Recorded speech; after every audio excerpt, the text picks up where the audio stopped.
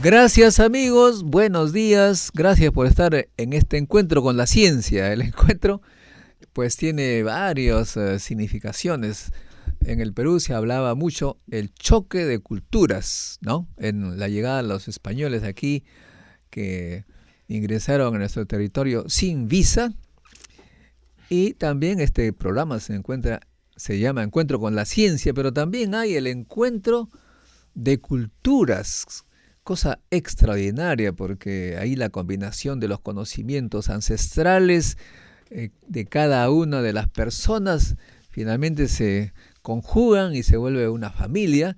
Y claro, en este programa que es de encuentro, también tenemos el encuentro científico internacional, y hablando de todos estos elementos, de estas frases que he mencionado, hoy día estamos con la doctora Kazumi Ojira, que es doctora en la Universidad de Illinois Urbana-Champaign.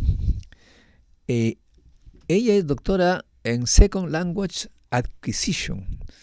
Después ella nos va a explicar un poco esto, porque para mí se me hace japonés, digo, chino. Bueno, ya no sé ni qué hablar, ¿ves? Este encuentro de culturas. Y también tiene MA, el máster, también en la misma universidad en este tema. Bueno, en Teaching English as International Language. Bueno, actualmente está en el Wolfram Research, llamada más comúnmente matemática, conocido como matemática, y por supuesto es Japanese Translator. Muy bien, estamos nosotros, antes de continuar con esta conversación con Kazumi Ojira, hablando de ella se encontró con un físico perdido, él, con Julio Urbina del IGP, que iba allá a Estados Unidos, estuvieron en la misma universidad, ¿no es cierto? Uh-huh. Y este es un encuentro académico y luego sentimental, como veremos más tarde. Y hablando de Estados Unidos, vamos a recibir una llamada de Melina Lozano, que también no sé. Hola, buenos días, Melina, ¿cómo estás? Bien, pero ¿saben qué cosa? Tengo dificultades en oír y están hablando de mí, no les oigo bien. Sí, bueno, aquí estamos con Kazumi Ojira de Japón, que vive en Estados Unidos, y Julio Urbina, peruano, que también vive en Estados Unidos. Y bueno, gracias por llamar. Justamente tú estás muy interesada en el tema de la promoción, difusión de la ciencia en la comunidad. Cuéntame cómo está esa actividad allá, qué estás haciendo y por qué finalmente, explícanos la razón, explica a los peruanos por qué tomaste comunicación con nosotros. Lo siento, otra vez no oigo bien. ¿Y con quién hablo? Modesto Montoya de... Ok, solo para asegurarme.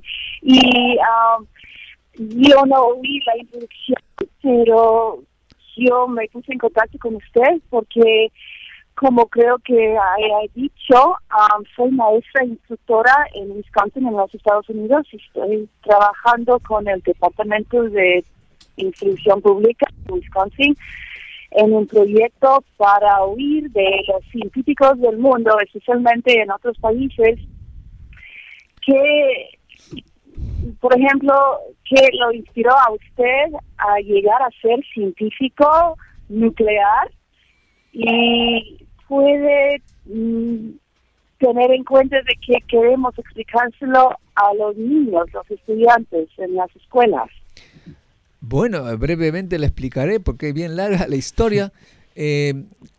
Pertenezco a la civilización cuidista, que es a 4.000 metros sobre el nivel del mar en el norte de Perú, y allí hay una tradición de los indígenas, que cada hombre debe enseñar a su nieto lo que le enseñó su abuelo, al mayor de los nietos por lo menos. Y entonces él me enseñó pues la ciencia que más conocía, la astronomía, el sol, la luna.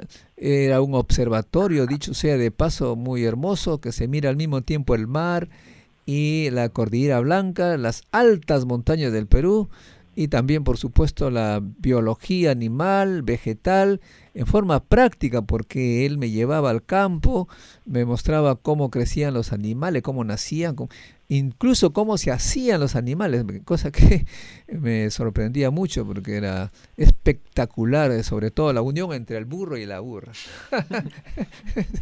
Cosa impresionante, el toro y la vaca, el caballo y la yegua, es decir, y después me hacía esperar los meses para ver nacer a los animales.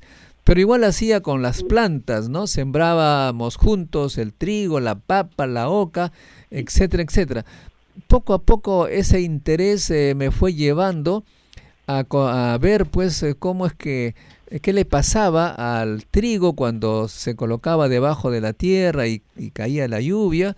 Pues se inflaba y luego explotaba y salía unas cosas verdes.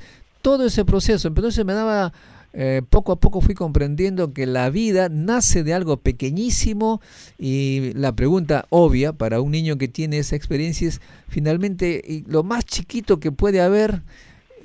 El abuelo me decía, bueno, eso es una cosa que no podemos verla así nomás, tenemos que tener instrumentos, y desafortunadamente no los tenemos, pero si tú quieres ver el cielo, sí puedes ver con por lo menos binoculares, veíamos Júpiter, etcétera.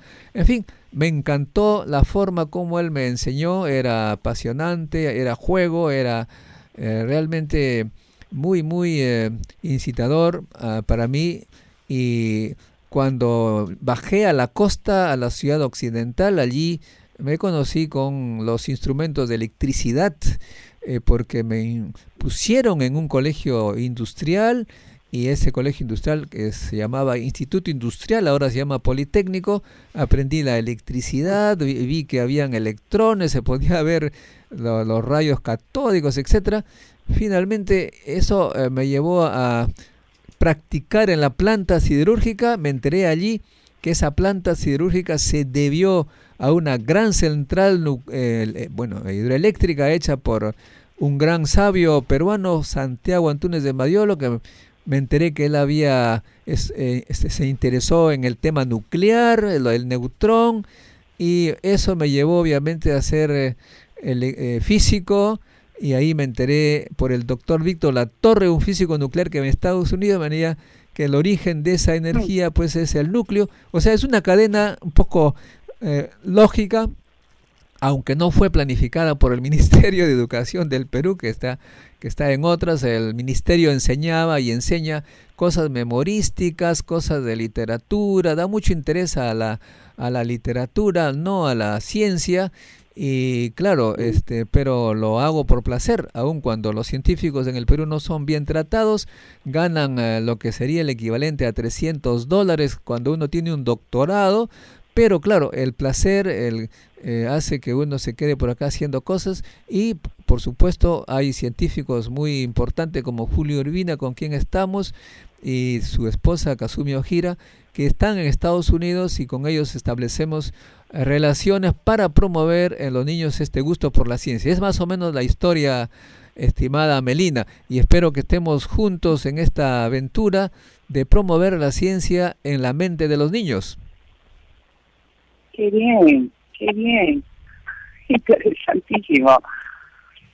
Te he hecho un resumen, y bueno, cuando por correo electrónico nos comunicaremos y haremos planes para que más niños, tanto en Perú como en Estados Unidos, hagan ciencia. ¿Qué te parece? Ya, muy bien. Muy bien, Melina, te agradezco mucho por esta llamada, y seguiremos en contacto, ¿sí? Ok. Muchas gracias. Yo le llamo muy pronto. Un abrazo. Mil gracias. Adiós. Bueno, interesadísimo, curioso, una profesora de Estados Unidos que me llama y pregunta, ¿cómo es que usted se hace científico? Le digo, caray, me llamó justo aquí en esta entrevista que tenemos con Kazumi Ojira, Y bueno, comenzamos pues con esta entrevista del encuentro de culturas. Y por supuesto nosotros en el Perú tenemos esta idea de que los japoneses son muy trabajadores. En los años 60 copiaban cosas, pero ahora investigan, hacen ciencias a todo nivel, básica. Incluso tenemos un premio Nobel en física teórica, Yukawa se apellida, que precisamente es el que dio la fórmula de la fuerza nuclear. También estoy relacionado con Japón, de cierta manera, porque increíblemente una de las cosas más extraordinarias es la explicación de por qué hay la fuerza, y Yukawa señaló pues que se debe a que entre las partículas hay intercambio de cosas, hay intercambio de partículas, de energía, de información, y por supuesto entre Kazumi y Julio hay pues también comunicación. Cuéntanos, Kazumi, brevemente, porque vamos a seguir en el segundo bloque, la parte de educación, lo que acá llamamos en el Perú primaria y secundaria. ¿Dónde lo hiciste? En Japón. ¿Cómo fue? ¿Quién fue? ¿Cómo es la enseñanza ya? No sé si Julio te ha contado cómo es en el Perú. Bueno, más o menos le he contado acá. ¿Cómo es en Japón? ¿Hacen experimentos? ¿Hacen cómo? Normalmente todos tienen que aprender, ¿cómo se dice? Subjects. Temas, todas las temas. ¿Y tú misma, por ejemplo, en tu escuelita o colegio, hiciste experimentos? No mucho, solamente escuchar los maestros. O sea que tampoco, es como Perú, entonces. Uno tiene un mito que los japoneses de chiquitos están haciendo aparatos, televisión.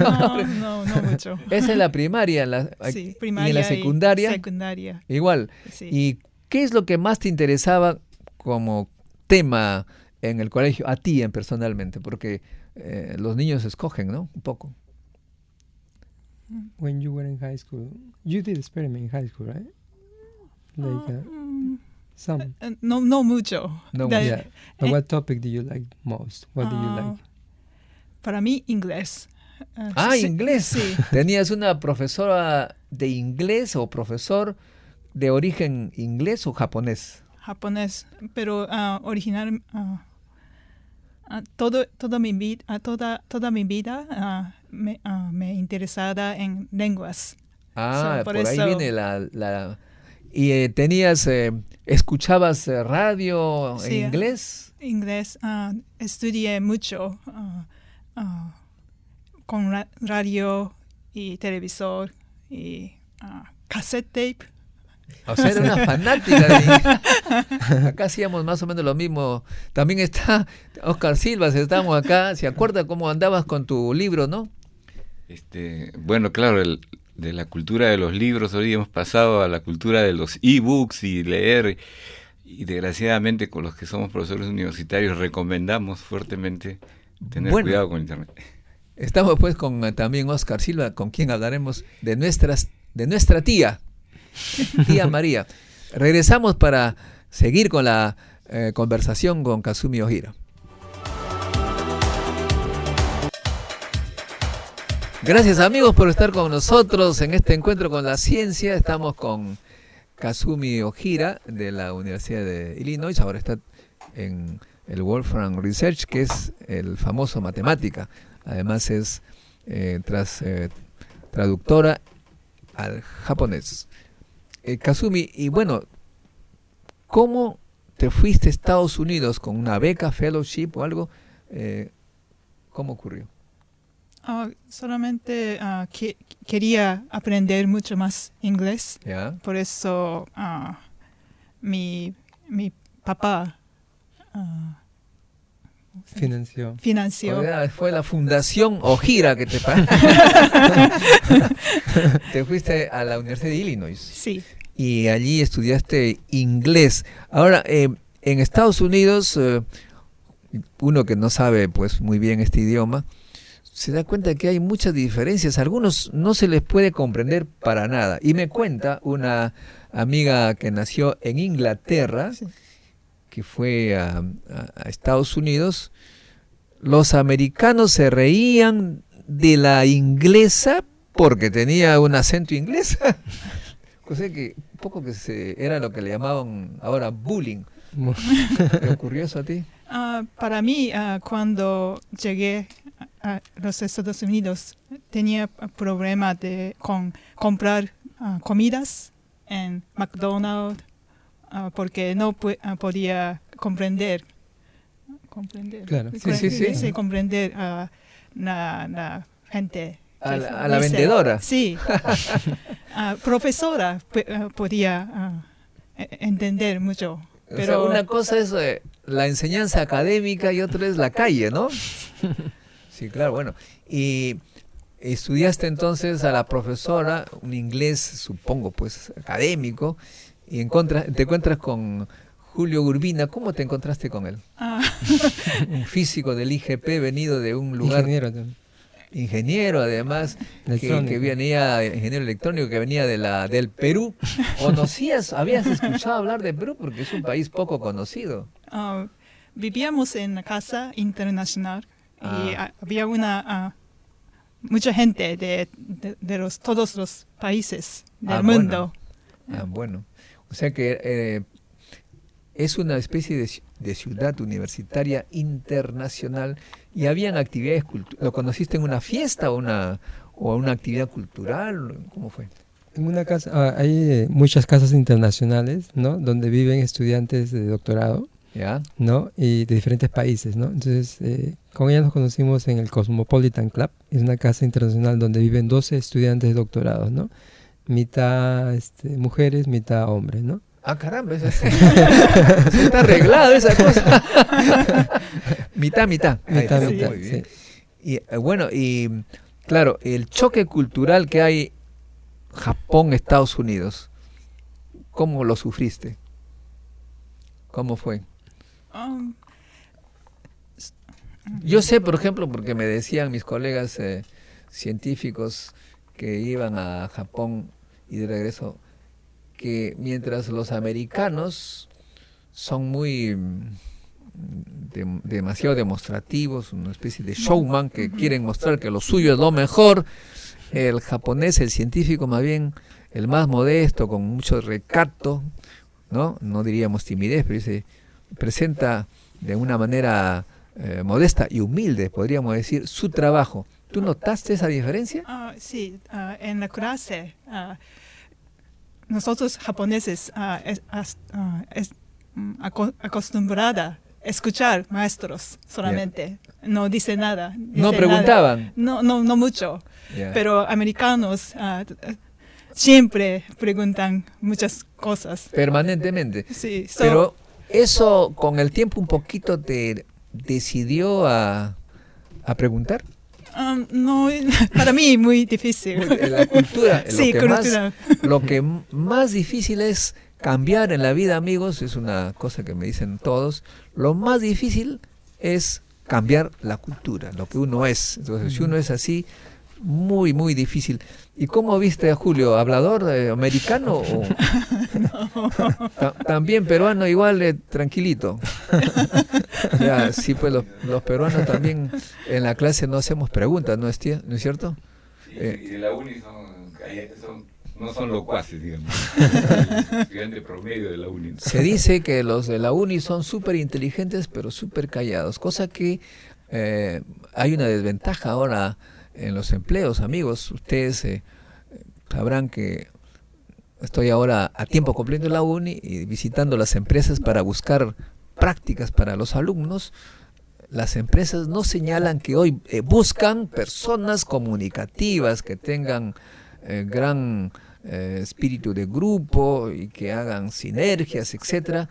Ya no tanto lo intelectual, lo que llamábamos resolver problemas concretos, porque en realidad ellos salen de la universidad con ciencias básicas. Eso sí, las ciencias básicas tienen que estar perfectamente comprendidas, porque en las empresas les enseñan ya la parte técnica que es producto de lo último que se ha desarrollado en el laboratorio, de modo que lo que les enseñamos como aplicación, llamada aplicación, en la universidad ya no cuenta, porque ya hay cosa nueva, de modo que allí sí hay una dificultad.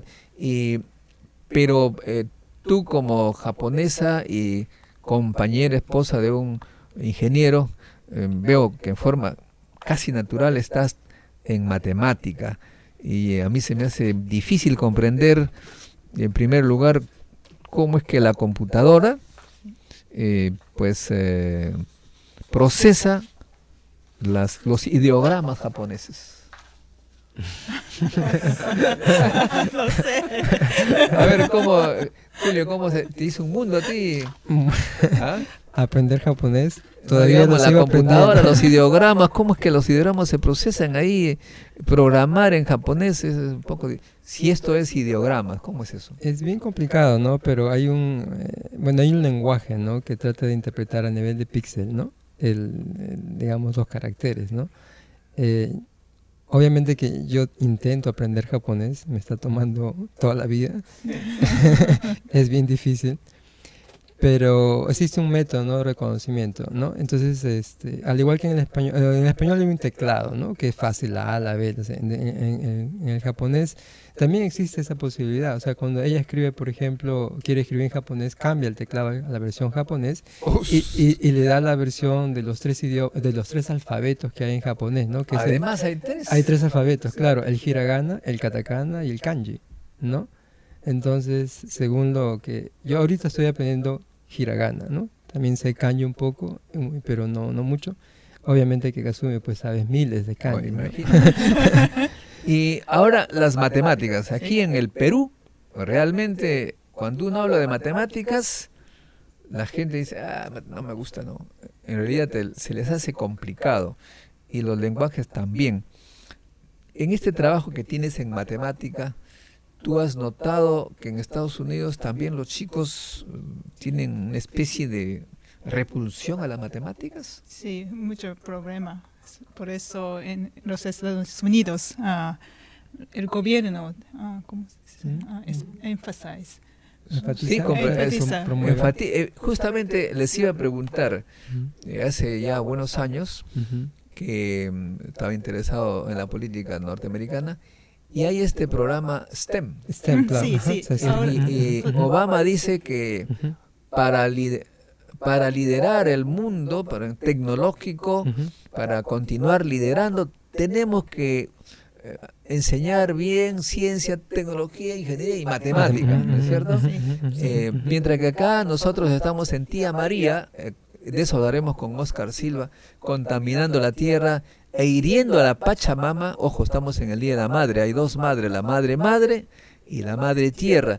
Hay periodistas que no comprenden hasta ahora, y el gobierno tampoco parece, que para los peruanos, sobre todo los originarios, la tierra es la madre, y uno defiende a la madre y a la tierra, a la Pachamama, con la misma fuerza, cosa que para ellos culturalmente, volvemos al tema de cultura, no lo comprenden. Yo les aconsejaría al ministro de Energía y Minas, bueno, ya se fue Urresti, al ministro del Interior, al ministro de Economía y la Producción, que vayan pues a los amautas que todavía existen y les enseñen lo que es la Pachamama. Claro, muchos de los ministros vienen del Banco Mundial. En el Banco Mundial no sé si sabrán qué es la Pachamama, pero nosotros que venimos de allá sí lo sabemos. Si ustedes quieren algunos consejos, visítenos al programa y les explicamos por qué los campesinos defienden su tierra, hay veces en forma violenta, que es ilegal, obviamente, pero deben comprender por qué lo hacen. Defender la tierra es defender la madre. Pachamama no es una palabra vacía, hueca, es una palabra profunda, cultural. Y claro, y en el Perú, como en Estados Unidos, como dice Kasumi, la matemática no está en la cultura. Yo fui a la Universidad de Columbia, he estado en varias universidades, pero me sorprendió que en Columbia hay un edificio con un corredor con las fotos de los premios Nobel, Columbia University. En un edificio viejo de física, ¿no? Y justo al lado hay un edificio recontra super moderno, recontra super lujoso, con los libros del momento, mientras que el de física con los premios Nobel, los libros estaban viejos. Este era el Business School, ¿no? Y ahí era un lujo. O sea que los norteamericanos es el business, ya no tanto la ciencia. ¿Has notado eso, Julio? Bueno, hay una mezcla, ¿no? Hay una mezcla, ¿no? Como mencionaste tú, el presidente Obama tiene muchos programas para enfatizar, ¿no? Los programas STEM, ¿no? Y a raíz de eso también puedo mencionar que hemos traído 11 estudiantes de Penn State que acaban de llegar. Justo acaban de llegar esta mañana, ¿no? Para trabajar en proyectos, ¿no? Que promueven STEM acá en Perú, ¿no? Vamos a trabajar con la UNI, con la Universidad de San y también con el IPNA, ¿no? Para hacer proyectos conjuntos, ¿no? Hay mucho énfasis, tenemos las nuevas generaciones parece que nace pues con una cultura de tecnología, ¿no? Y cree que puede aprender las cosas brincando y saltando y tocando el teclado de una computadora sin profundizar, ¿no? Eso lo vemos, yo lo veo como profesor, ¿no? Las nuevas generaciones utilizan la tecnología no para profundizar el aprendizaje, sino para minimizar su tiempo de aprendizaje y hacer otras cosas. Ah, bueno. Eso observo yo, ¿no? Entonces hay que cambiar eso. Hay que cambiar. Claro. Bueno, Kazumi, gracias por estar con nosotros. No sé, un mensaje a los japoneses que están acá en Japón. Tenemos muchos peruanos de origen japonés, excepto Fujimori, que no nos gusta mucho. Pero tenemos a la secretaria del Instituto Peruano de Energía Nuclear, muy amiga mía, a quien admiro mucho, que me escuchen los amigos del IPEN, que se llama Cristina Morita. Como que es un mensaje para ellos, por favor. No sé, diles. Primeramente, quería decir feliz día de la mamá, para todas las mamás del mundo. Y en especial para las mamás de origen japonés. Japoneses. ¿Cómo se llama tu mamita? Atsuko. Atsuko. Sí. Muy bien. Saludos para la señora Atsuko, Japón, que nos escuche. Dicho sea de paso, si puede escuchar www.radiosanborja.com. Nos escuchan de todo el mundo. Gracias, Julio, por este trabajo de traductor, un poquito de tu esposa que es traductora. Y regresamos nosotros, amigos, para conversar con Oscar Silva sobre la Pachamama o la tía Pacha. Regresamos.